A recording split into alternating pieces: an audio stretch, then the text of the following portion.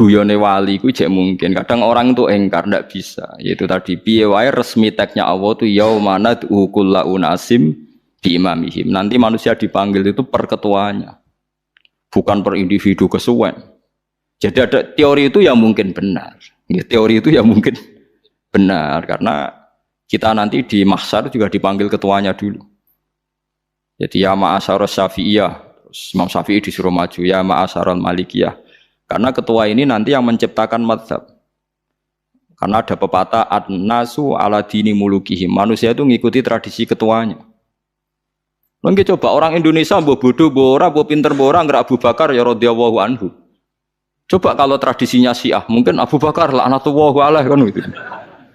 Ya kita tidak tahu begitu. Akhirnya kita ketiban apik karena menghormati apa? Sahabat. Artinya ketua itu penting, menciptakan suasana ketua itu penting. Coba kalau tanpa ketua, mungkin kita tidak punya tradisi. Makanya dipanggil itu ketuanya. Paham? Makanya sampean milih ketua itu yang benar. Setidaknya orang ikhlas. Misalnya rapati benar, penting ini ikhlas. Ngeri itu kalau pas sampean dipanggil nunjuk ketua itu, kemudian ketua partai, wah panggil pangeran bingung sampean. Ketua sopo nyebut ketua partai. Ketua partai dia celok pangeran Melayu. Wah ngadepi pangeran meriang tetep. Paham gitu? Jadi nanti sampean itu ditanya itu lewat nopo ketua. Terus ketua nanti itu ngecek ada nur yang dipakai alamat dia ngikut tindak. Nah yang paling ngeri ya termasuk Rasulullah itu nanti pakai standar itu. Inna umati yut'auna yaumal qiyamati hurran muhajjalin min atharil wudu. Itu kan ada tanya jawab sama sahabat. Kata Rasulullah, kamu tidak usah khawatir kalau saya meninggal. Meninggal saya itu baik. Hayati khairun lakum wa mamati khairun lakum. Saya hidup di antara kalian ya baik, setelah saya meninggal juga baik. Ya Nabi ya unik. Amma hayati fali asunna lakum as-sunan. Kalau saya masih hidup berarti saya bisa meneladani kamu melakukan beberapa sunnah, beberapa tradisi. Sunnah itu tradisi. Jadi orang kudu artinya sunnah itu wajib atau sunat. Buktinya di Quran ada sunnatallahil latif sunnatullah fil ladzina khalau min qabl. Jadi sunnahnya, tradisinya Allah menghukumi orang-orang dulu. Itu bisa orang benar, bisa orang tidak apa? Benar. Kata Nabi, kalau saya masih hidup, fali asunna lakum asunan, saya bisa mentradisikan kamu beberapa sunnah, bisa wajib, bisa sunnah. Wa amma wafati ya khairun lakum. Kalau saya sudah meninggal nanti juga bagus. Mergo aku nak SK pundhut jare Nabi aku jejer pangeran. Dadi nak roh kowe apik, saya muji Allah, nak roh kowe elek langsung saya minta ampunan kepada Allah. Dan semua umatku nanti diampuni. Terus Nabi mulai menangis, tapi ada beberapa masalah. Ketika orang-orang itu ternyata umatku, mau saya ajak ke surga, kata Tuhan, kata Allah, innahum qad ahdatsu ba'dak. Mereka ini bikin aturan aneh-aneh setelah kamu Muhammad. Terus fa'aqulu suhqan ya sudah kalau gitu tak tinggal ke surga, tidak ikut masuk surga. Nah kemudian ulama berdebat ahdatsu itu apa? So, ada yang itu bid'ah gitu. Macam-macam. Kalau ulama sunni ahdatsu itu ya bid'ah ibadah mahdhah. Jadi misalnya orang melakukan sholat zuhur kok 6 rakaat itu kan wong nganggur papat es kesel kok malah muni 6 itu. Utawa duhur kok mau 3 rakaat itu kan ya itu bid'ah. Karena ibadah mahdhah. Tapi kalau masalah sosial itu fleksibel.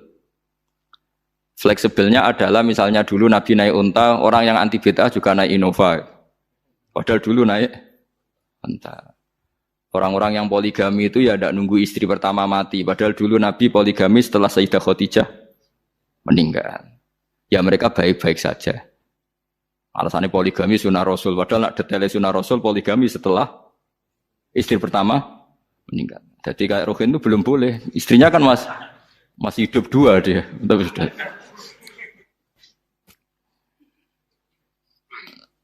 Nah, bukan artinya kalau sampean memaksakan gitu. Sampean kalau nggak percaya saya bacakan ayat. Wal khailah wal bihola wal hamira litarkabuha wazina. Kamu bisa naik kuda, naik unta, naik himar. Setelah kamu naik, dan kamu tenang di atas punggungnya, litastawu ala zuhuri summa tazkuru ni'mata rabbikum idza stawaitum alaihi wa taqulu subhanalladzi sakhkhara lana hadza ma kunna lahu muqrinin. Artinya ketika kita naik onta zaman dulu dan tagnya memang onta, itu terus kamu baca subhanalladzi sakhkhara lana hadza. Apakah sekarang kesunatan baca itu kalau yang ditumpai onta, sehingga kalau yang naik Innova tidak usah baca itu gitu. Wah, aku numpakku ora onta kok dadi ora usah maca subhanalladzi wa sakhkhara lana. Dhisik Nabi maca iku mergo numpake onta. Ya ngajak goblok bareng to, mosok madzhab kanthi begitu tuh. Makanya sensitif, bakas bid'ah Anda itu sensitif. Tidak usah dibahas, biasa saja. Nek senak ra cocok ya diem aja. Sudah, sebenarnya ra cocok ora sampe nglakoni tapi tidak usah komentar karena jelimet. Saya pernah ditelepon orang, dimaki-maki. Orang Sidoarjo. Padahal wong Jawa Timur, ya aneh. Kan ada orang matur Rasulullah, namanya Abdullah bin Amr. Ya Rasulullah, saya ini kuat puasa terus. Kata Nabi, jangan puasa 1 bulan 3 hari saja itu sama dengan 1 bulan penuh. Karena 1 puasa sama dengan 10. Masih balelo terus termasuk menyangkut Quran. Ya Rasulullah, saya ini tiap hari khatam Quran. Jangan 1 bulan sekali saja baru khatam. Enggak ya Rasulullah, saya ini ingin sering khataman. Ya sudah, kalau gitu seminggu sekali, sab'a layal. Saya lebih kuat ya Rasulullah, 3 hari. 3 hari saja khatam sekali. Iqra'hu fi salasin, kata Nabi. Ya Rasulullah, saya lebih kuat ketimbang itu. Tidak ada yang lebih baik ketimbang itu, kata Nabi. Kemudian orang itu anti semaan, karena semaan itu kan 1 hari khatam. Paham ya? Maksudnya hadis tadi yang di Bukhari dipakai dalil anti apa? Semaan, karena semaan itu 1 hari apa? Lewat telepon, pertama lewat santri saya, terus lama-lama lewat telepon. Saya tanya, kamu bacanya hadis kira-kira sama saya banyak mana? Kayaknya banyak jenengan. Terus saya tanya, betul Nabi menyuruh khatam tiap 3 hari? Ya. Betul Nabi nyuruh khatam tiap 1 bulan? Ya. Ya sudah, lakukan saja. Anda sering enggak khataman tiap 3 hari? Tidak pernah, setahun aja tidak mesti. Lah iya, kalau Nabi melarang baca Quran tiap hari kamu setuju, tapi Nabi nyuruh tiap hari khatam kamu tidak setuju. Enggak apa-apa, kamu anti semaan enggak apa-apa, tapi lakukan perintah Nabi tiap 3 hari khatam. Menang deh. Jadi, lah itu maksud saya. Anda tidak apa-apa milah-milah bid'ah sesuai versi Anda, pemahaman Anda, tapi yang fair. Kalau Anda anti semaan ya harus tiap 3 hari khatam, karena dawuh Nabi iqra'hu fi kulli salasin. Enggak juga kan, mereka juga orang yang enggak jarang baca. Jarang baca apa? Lah itu enggak fairnya di situ. Makanya biasa mawon. Cuman semaan apal Quran semaan. Nah, apal Quran ya wiridan, malah lucu tuh apal Quran kok semaan. Ya yes, ngono ae arapal ya nyemak kan, kok nak kesel dimulai. Jadi bang nyemak sampai geremeng. Bariku mangan entek akeh kan malah lucu. Wong nyemak yo do kurang ajar. Jajal kok nyemak ki delok ngarep mbek guri tok, anggere kembar ya wis. Aku serah kelakuane wong nyemak. Kan dekne rapal kan ya. Biasane nyegat guri to. Kok anggere gurine kembar pojok ya. Wis. Kok anggere gurine pojok kembar. Ya sing semak akhire pinter sing maca kembar gurine. Paham gitu, terus pau gitu, tohuron gitu, alatnya memahami Quran secara luwat. Quran bagaimanapun bilisanin arabiyim mubin. Ada ulama yang berpendapat tohir itu dimubalaghahkan tohur, seperti ghafir, ghafur, syakir, syakur. Sebab itu menurut mazhab ini tidak ada air apa mustakmal. Tapi kita biasa mazhab Syafi'iyah apa? Ada apa? Ada mustakmal. Itu masalah-masalah ijtihadiyah. Ini masalah-masalah ijtihadiyah. Kalau masalah ijtihadiyah tadi pendapat saya benar mungkin salah, pendapat Anda salah tapi ya mungkin benar itu. Wa anzalna minas sama ima antahura mutahhiron tegese banyu iku sing nyucekno. Linuhya supaya maringi urip ingsun. Bihi sebab anane banyu baldatan ing daerah maitan kang mati. Jadi istilah resmine pangeran yo aku nak nguripno bumi iku yo nganggo lantaran banyu. Jadi aja mbok soal pangeran kok butuh lantaran. Waduh serepot. Wong Qur'ane pangeran dhewe ngistilahno aku nak nguripno bumi lewat lantaran. Banyu ya rasa mbok jero-jerokno. Pangeran kok butuh lantaran. Ora usah lantaran lah ya iso, tapi nek Allah nganggo lantaran ya oleh ya aja terus Allah kok nganggo wasilah. Wah ya malah kacau. Ora usah ngono-ngono, ora usah mikir. Pokoke Qur'an diwaca ora usah dipikir, pun ngoten iman wonten mawon kok repot. Iman kok napa? Kok repot. Linuh ya supaya ngurip-ngurip sapa ingsun bi sebab banyu. Baldatan ing negara atau daerah maitan kang mati. Jadi sampean jangan mengatakan kalau Allah untuk menghidupkan bumi butuh air ya keliru. Allah itu tidak butuh apa-apa. Nggih, Allah itu tidak butuh apa-apa. Tapi kalau Allah punya sunnah, punya adat menghidupkan bumi itu pakai air, ya Allah jangan kamu atur. Kira pangeran kok ngatur. Itu kan ada cerita di kitab-kitab itu termasuk di Ihya ini. Nabi Musa itu sok dekat Allah. Jadi enggak mau mimik obat. Membuktikan bahwa Allah itu tidak butuh wasilah. Akokir itu maknanya obat-obatan yang dari herbal itu bahasa Arabnya apa? Al-akokir. Dia setiap konsultasi sama dokter disuruh minum herbal itu.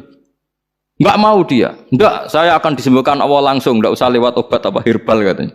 Tiap dokter ditanya jawabannya sama. Oh, dokter goblok. Kamu belum tahu ya kalau Allah itu tidak butuh wasilah. Malah marah-marah dia. Akhirnya dia konsultasi langsung ke Tuhan. Apa betul ya Allah saya butuh minum akokir? Terus, kata dokter gimana? Karena herbal itu fungsinya gini-gini. Terus, Musa, sing gawe fungsi herbal ngono iku sapa? Nggih jenengan. Lah yo aku gawe fungsine ngono kowe ngombe kok ora gelem. Sing gawe ku ya aku. Jadi sing gawe bodrek ku nek kowe ngelu, bodrek mandi sing gawe ku ya pangeran, rumangsamu sapa? Sing gawe ruhe nak bar kelon lega ya pangeran. Mangsamu sapa? Umane bojone ayu kan. Ah, sing wis pangeran ora usah aku isin gengsi, ora usah ngono. Kalau muni elek dibanding bojone ning swarga, nek ning donya ya ayu, nguruhin ya diselera kok udarane. Paham gitu. Terus itu masalah yang enggak akan selesai la yaumil kiamah. Jadi ada cara pandang langsung Allah itu ya bisa. Tapi misalnya ada sunnatullah ya jangan kamu tentang. Termasuk Nabi Musa akhirnya Nabi Musa mau minum, setelah minum sembuh. Terus ketika sembuh diberitahu Allah, memangnya kenapa kalau minum obat itu? Obat itu ada khasiatnya yang bikin juga Allah. Kok kamu hindari itu alasannya apa? Wong yang bikin juga Allah. Makanya kalau kamu percaya wasilah, kalau terpaksa percaya, kamu harus yakin bahwa nomor satu adalah Allah Subhanahu wa Ta'ala. Kalau kamu takut orang itu syirik, ya gak apa-apa, kamu lawan, harus kamu lawan. Memang selera kamu begitu. Kamu harus tidak usah ikut pakai, wong kamu khawatir, tidak apa-apa. Jadi sing khawatir syirik, ora usah nganggo ali-ali, ora usah nganggo ake. Tapi sing seneng dagangan, ya nganggo. Ora usah jimat-jimatan, ya niati napa? Booming ngoten mawon niati dagang. Kulo nu diakek larang sedurunge rame-rame akek. Barang akek kerame terus mboten kula nggo. Wah, darani murah repot. Nggih kula mboten sombong. Dulu akeknya bapak itu zaman Bapak Sugeng tuh pernah ditawar ditukar mobil. Zaman itu mobilnya seharga 60 juta. Dan itu wasiat bapak untuk saya. Saudara saya sepakat itu untuk saya. Dulu kadang-kadang tak pakai. Setelah akek booming terus dikira ini yang gelondongan berapa kilo. 25.000 muruah camah cara Jawa camah tidak pernah tak pakai. Saya yakin ikut turun itu ake-ake yang mahal itu karena dikira yang produk ya yang masal itu yang itu.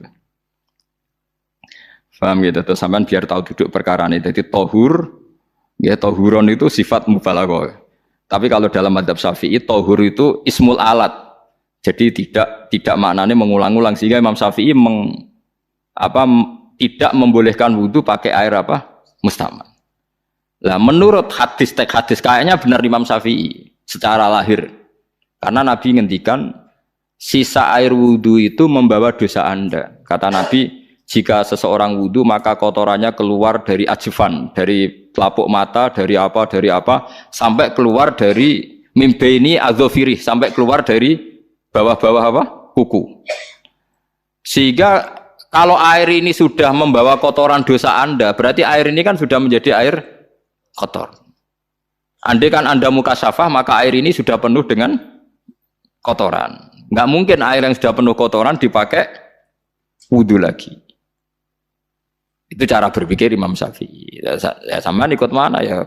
Ya gampang kan kalau keadaan normal ya ikut Syafi'i, kalau air banyak, kalau tidak normal ya ikut mazhab yang lain kan gampang. Gitu aja kok repot.